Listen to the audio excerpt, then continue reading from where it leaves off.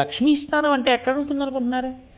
లక్ష్మీదేవి ఉండడానికి 5 ప్రదేశాలు. ఆ 5 ప్రదేశాల్లో మీరు వేసిన పూలే లక్ష్మీదేవి మీద పడతాయి. లక్ష్మీదేవి విగ్రహం లక్ష్మీదేవి కాదు. లక్ష్మీదేవికి నివాస స్థానాలు 5 అని చెప్తోంది శాస్త్రం. నిన్నటి రోజున మీతో నేను ఆ 5 స్థానాలు ముచ్చటించినట్టున్నాను.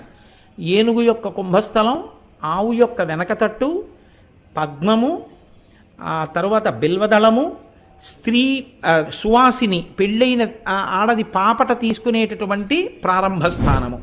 ఈ 5 లక్ష్మీదేవి యొక్క నివాస స్థానాలు. అందుకు కదా గోవు పృష్ఠభాగానికి పూజ చేశాం ఇవాళ లక్ష్మీ స్థానం అని. ఈ 5 ఎలా లక్ష్మీ స్థానాల్లో 8 సౌభాగ్య స్థానాలు ఉన్నాయి. ఆ 8 సౌభాగ్య స్థానాల్ని పొరపాటున కూడా కాలుతో తొక్కడం కానీ, కాలు తగలడం కానీ, నోటితో నింద చేయడం కానీ, విమర్శించడం కానీ, తక్కువ చేసి మాట్లాడడం కానీ చేస్తే అటువంటి వారు ఉత్తర జన్మలయందు అమ్మవారి యొక్క అనుగ్రహాన్ని కోల్పోతారు. ఒక్కొక్కసారి దాని తీవ్రత ఎలా ఉంటుందో తెలుసా అని వెంటనే చూపిస్తుంది కూడా. అవి 8 వస్తువులని చెప్తోంది శాస్త్రం. పద్మపురాణం నిర్ధారణం చేసింది. మొట్టమొదటిది తాడి చెట్టు, రెండవది చెరకు. అందుకే అమ్మవారి చెరుకు పట్టుకుంటుంది. చెరుకు ముక్కలు తీసుకొచ్చి అమ్మవారికి పెట్టినా వినాయకుడికి పెట్టినా పరమ ప్రీతి. ఎందుకంటే అది సౌభాగ్య వస్తువు.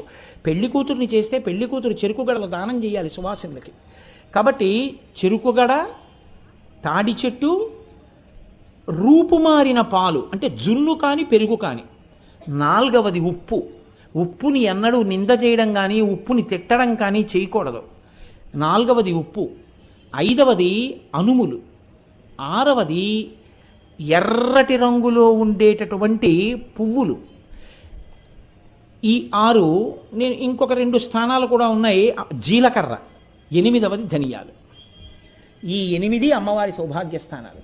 ఈ 8ంటిని అందుకే మనం ఎప్పుడైనా పెళ్ళవుతోందన్నా జీలకర్ర బెల్లం కలిపి నూరే పెడతాం.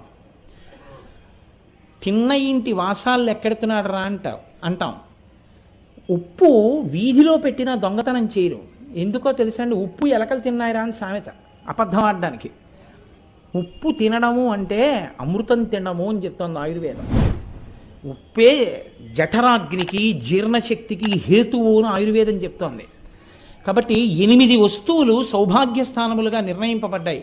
తెలిసి కానీ తెలియక కానీ ఒక ఎర్ర పువ్వు కింద పడి ఉంటే తీసి పక్కన పెట్టాలి తప్ప కాలుతో తొక్కకూడదు. ఈ 8 సౌభాగ్య స్థానములుగా అమ్మవారే ఉండి వీటిని ఎవరు గౌరవిస్తారో వాళ్ళని అమ్మవారు అనుగ్రహిస్తుంది. అందులో తాటి చెట్టు, తాడి చాలా చాలా గొప్పవి. అందున ప్రత్యేకించి తాటి ఆకు ముక్క తీసి ఆడవాళ్ళు కానీ ఈ చెవి యొక్క కింది భాగానికి తగిలించిన, చెవి కింది భాగపు కన్నంలోకి తాటాకు ముక్క పెట్టిన, మంగళసూత్రం కట్టినప్పుడు పెళ్లిలో తాటాకు ముక్కని కలిపి మంగళసూత్రం కట్టిన పూర్ణంగా అమ్మవారి యొక్క అనుగ్రహం కలుగుతుంది. అసలు దాని పేరు తాళిభాగ్యము అని పిలుస్తారు. తాళి పలాశ తాటంకం అంటాడు కాళిదాస మహాకవి. తాళి అంటే తాళ, తాడి చెట్టులోంచి వచ్చింది. తాటంక, చెవి తాటంకములు అంటారు. అమ్మవారు కూడా తాటంకములు 2 పెట్టుకునేటప్పుడు తపనోడుప మండల అని పిలుస్తాం కదా మనం. తాటంక యుగళీభూత తపనోడుప మండల. తాటంక అంటే తాళ అంక, తాడ అంక.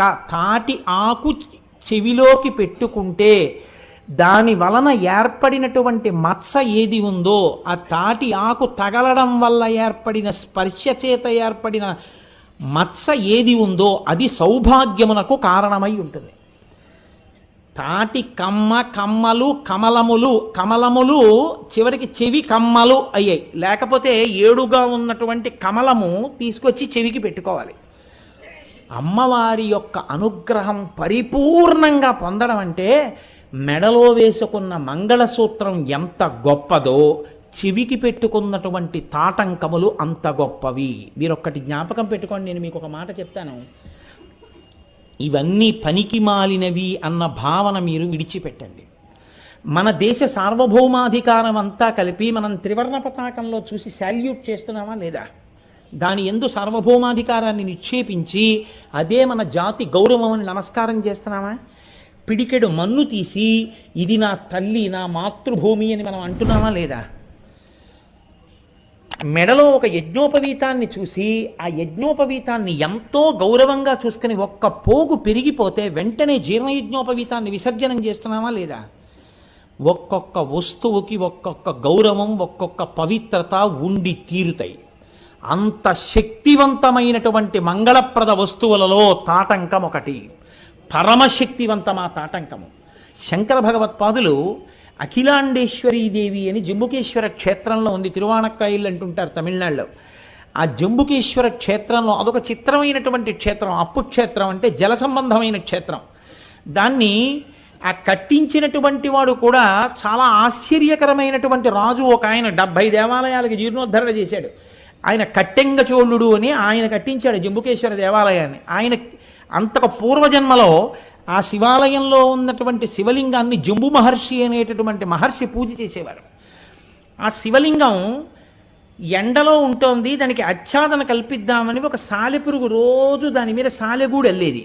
ఒక ఏనుగు పక్కన కావేరీ నదీ జలాలు తీసుకొచ్చి తన తొండంతో శివలింగం మీద పోసేసేది. ఈ సాలెగూడు పోతుండేది. ఈ సాలెపురుగుకి కోపం వచ్చి ఆ ఏనుగు యొక్క తొండంలోకి వెళ్ళి ఆ తొండం లోపల కరిచింది. ఆయుర్వేదంలో ఒక మాట చెప్తారు, అత్యంత ప్రమాదకరమైన విషము సాలెపురుగులో ఉంటుంది అని. కాబట్టి సాలెపురుగు ఏనుగు తొండంలో కరవడం వల్ల ఏనుగు తట్టుకోలేక అక్కడే ప్రాణాలు వదిలిపెట్టేసింది. ఏనుగు ప్రాణం వదిలిపెట్టినప్పుడు తొండాన్ని మోదుకోవడంలో లోపల సాలెపురుగు కూడా మరణించింది. భగవద్భక్తితో శివలింగానికి ఆరాధన చేసి చనిపోయినటువంటి ఆ ఏనుగు ఉత్తర జన్మలలో కట్టెంగచోళుడుగా ఒక మహారాజుగా జన్మించాడు. కానీ